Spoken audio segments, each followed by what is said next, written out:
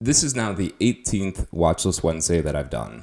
And one of the main reasons why I really enjoy doing this series is because each week there seems to be a statistic or fact about the company that I'm analyzing that I learn, and I find it to be really interesting. But this is the first time a company I was analyzing has actually blown me away. And so without any further ado, today we're going to be taking a look at Monster Beverage Corporation. Shout out to all the Kyles out there. Hey everyone, and thanks for joining me today. My name's Matt, and as I said in the intro, today we're going to be taking a look at Monster. Now, I want to start this off by saying I am a longtime customer of Monster, never been a shareholder though. I actually typically drink a Monster in the morning, and I have mine right over here, so you'll probably see this throughout the video. Now, I do drink coffee, but I do prefer cold brew coffee. I find it to be less acidic and honestly a little bit more enjoyable than hot coffee. But that being said, it's really hard for me to justify sometimes when I go to the store to pick up a little to-go bottle to pay $5 for a 6-ounce thing of cold brew coffee when I could pay $4 and get two 16-ounce cans of Monster. So overall, that's why I typically go to Monster, but if I'm feeling good or if it's a payday, then I'll probably get a cold brew coffee. But anyway, if you haven't heard of Monster somehow, they are an energy drink company, and that's what they specialize in. The first fact that I found that was crazy about Monster is their origins actually date back to 1935, so 85 years ago is when they initially started. Now back then they were known as a company called Hanson's, and they specialized in selling juice. The name officially became Monster in 2012, and at that point in time they sold their juice and non-energy drink products to Coca-Cola, which formed a strategic partnership between Monster and Coca-Cola, allowing for Monster to use Coca-Cola facilities for packaging or as a co-packer. Obviously, that partnership is something that is going to greatly benefit Monster because it allows for them to rapidly expand into new areas without the need of sourcing new packaging facilities. Under the name Monster, they have many other products that they have as well as other brands. Some of the products that you might have heard of, and not limited to just these, are the original Monster, Monster Ultra, Rehab, Juice, and Java. Some of the other brands they have that you might have seen before would be NOS, Full Throttle, Reign, and Mother. Before we move on, I just want to say this is not sponsored. I know I'm talking about Monster while drinking a Monster. I absolutely wish this was sponsored by Monster, but it's not. I'm just doing this because it was actually a company I was interested in. I wasn't aware they were public, and you'll see why I got very interested in them soon. Now, as many of you know, I like to typically do a pros and cons for these companies, and that's what I was starting to do with my research for Monster, but all of the cons I had were actually addressed by them, so I don't have many cons. I had some questions, but again, they were answered in either interviews I was watching with the CEO or during their latest earnings call. One of the issues I had would be when it comes to, or questions I had that could be a potential issue, is when it comes to sourcing products or materials for creating their energy drink line. And they said so far this year, they have not had any issues when it comes to receiving products or materials and have been able to keep up with demand for their products. The other concern I had is when it comes to international markets. I feel that other countries might not be as open to energy drinks as they are other sources of caffeine, whether that be tea or coffee. But that's actually something they've done very well. And that's part of the reason why they have so many different products, because they understand that different cultures have different taste profiles that they enjoy. So while everything goes to the US, I think there's one product I found that's only available in Australia, but the rest are available in the US. But the Pipeline Punch is something that they sell a lot of in Japan, where the Monster Mule is something that they're actually releasing in Poland. So they do a really good job of matching kind of the taste profiles amongst cultures to what they need, and are able to create a product that will sell in those countries despite differences in what they enjoy and consume. But now I do have a few pros that I'm able to touch on here for Monster. And the first one is, I think, again, kind of piggybacking on the last point that I made, they do a great job in reaching a wide variety of products. So they have their Rehab or their Dragon Tea, edition Monsters to help reach people that do prefer more of a tea taste to their energy drinks. They have their juice brand for maybe somebody who doesn't like carbonated drinks or just prefers more of like a juice beverage.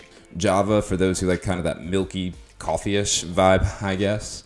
Those ones are not my favorite, but a lot of people really enjoy them, and it's actually one of their best sellers. Ultra for those who do not consume sugar or just want like a lighter option to traditional Monster, and that's what I have there. That's what I typically drink. And it's also their best seller, probably because it comes in a wide variety of flavors. They have one that came out recently that's in like a teal can, and it's like a Fiesta something. It's by far the best one, but it's not available in a big pack. That's why I have the white one. And then they even have their brands are targeted to specific people. So the Rain brand is targeted to people who work out, kind of like how Bang initially started as like a pre-workout beverage, or similarly to how the pre-workout C4 started selling their product in a can. So Rain was created to compete with those consumers, or those products for the consumers. Another thing that they do really well is understanding where they fit in the market. I watched an interview between Rodney Sachs, the CEO, and somebody in the United States, and the interviewer just kept asking them about Red Bull. Eventually, after being repeatedly asked questions about how they compete against Red Bull, Rodney eventually just came out and said that they do not believe Red Bull customers are in the same client base or customer base that Monster consumers are in. When Monster tried to release an 8-ounce energy drink can, it actually flopped completely because their consumers of Monster prefer to have the 16-ounce can instead of those little tiny cans. He also says that Monster believes to be more of an economical product for consumers, or more of that cheaper base, and where they look at Red Bull as more of a luxury item. Which at first I had to think about, but it makes total sense. First off, Red Bull's expensive. I don't know if you've seen those prices recently, but like a tiny 8-ounce can nowadays are like $3.39. And also, if you think about it, if you go to like nicer bars or hotels or sporting events, typically you do see Red Bull, not Monster. And so it does make sense that Red Bull does have that little bit higher profile clientele. And I think you guys know me. I do like seeing the philanthropy side of these businesses, and that's one of the biggest things I've enjoyed learning about all these companies.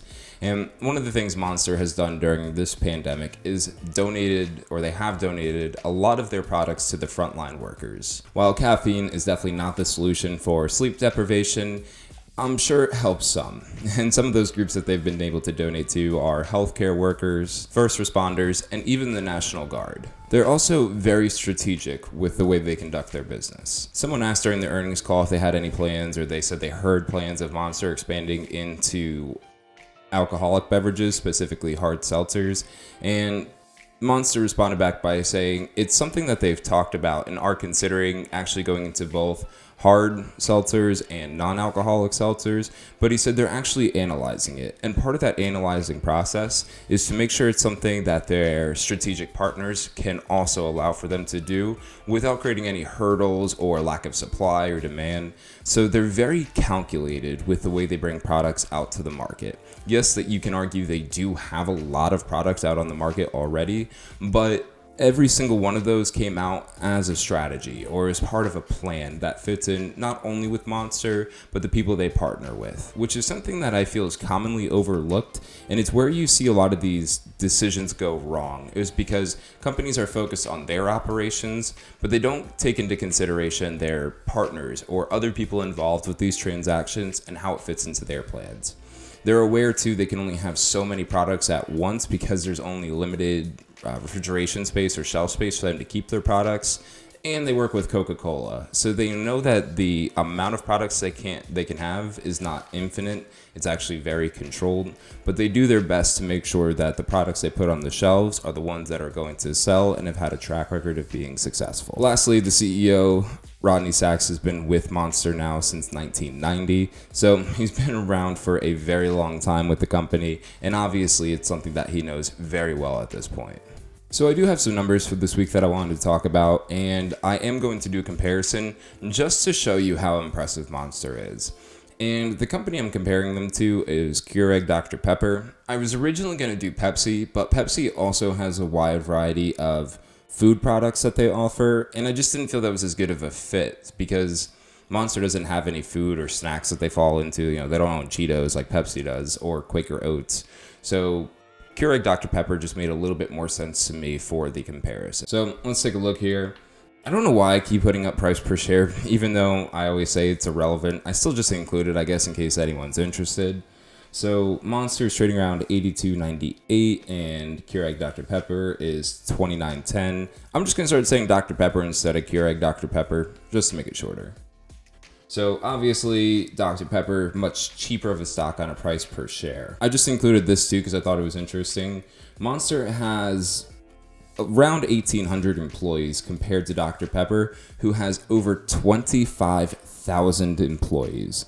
So obviously Dr. Pepper employs a lot more people, but let's take a look at these rest of these numbers. If we look at the forward PE ratio for these companies, you would think that Monster is trading at a premium right now compared to Dr. Pepper, who might be a little bit undervalued. You can also see this in the price to sales ratio. But I don't necessarily believe that Monster is overvalued. Dr. Pepper could be undervalued. Absolutely, I'm not arguing against that. But I don't believe Monster is overvalued right now, and you'll see why in a little bit. Monster has obviously done a much better job when it comes to growing their revenue compared to Dr. Pepper. And we could see that with their year-over-year revenue growth of 7.93% compared to 3.87%. So pretty significant difference there in the year-over-year revenue growth. And this is why you'll see I don't believe Monster is undervalued, or why I got really excited about this stock. So we could see here, again, Dr. Pepper brings in a lot more money than Monster does. $11.28 billion compared to $4.31 billion. So Dr. Pepper brings almost 3 times as much revenue as Monster does. But when it comes to net income, this is where I got really excited, because Monster's net income is $1.14 billion. Dr. Pepper's is $1.16 billion. So even though Dr. Pepper brings in almost 3 times as much revenue, they retain almost the same amount at the end of the day, which is crazy to think about. Also, we could take a look here at the return on equity, 27.64% compared to 5.08%. Obviously, Monster, again, goes back to me saying they're very strategic and they know what they're doing when it comes to their operations. I don't have any doubt about their ability to expand into new markets or when they offer new products, and I think these balance sheets really show that.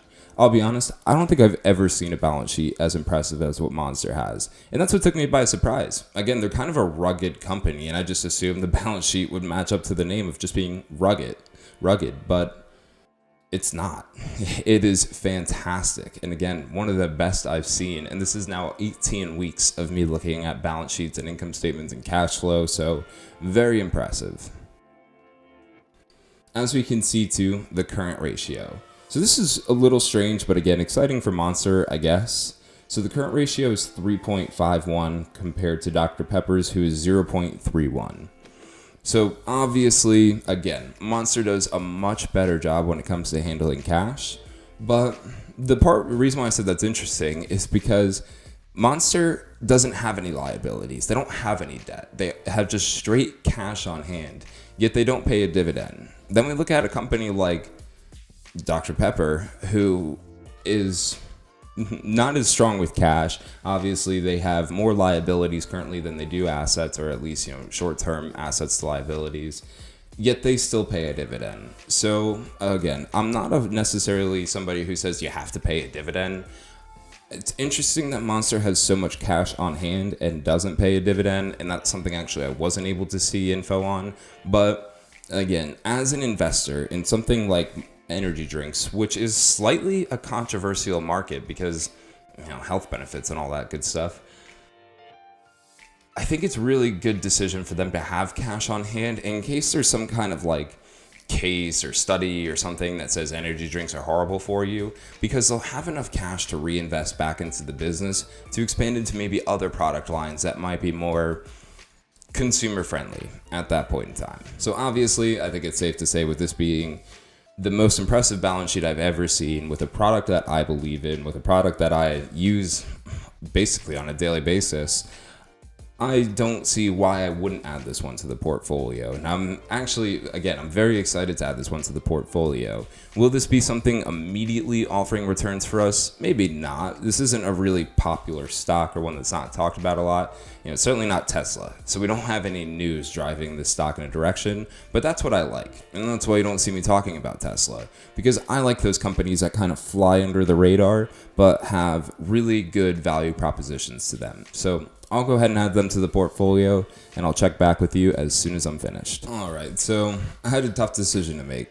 Do I do my large order here? Do I break it into thirds, or do I just purchase a small amount? And for the first time in a while, I actually went ahead and put the whole $5,000 into this investment here. So we were able to get 60 shares of Monster for $83.38. Currently it's trading at $83.42, so we've made a few bucks, nothing crazy, but it's one, again, I think this might have been a little bit of a bold move to put that much money into it, but just given the sound financials, I felt comfortable with it. If this balance sheet had any large amounts of debt, or if there was any current pending lawsuits on Monster, if there was any bad publicity about them in recent news, I probably wouldn't have put in that much money into them. But since there's none of that, and also their CEO is a really impressive person, you should just listen to some of his interviews because he's a really smart and, again, strategic person. So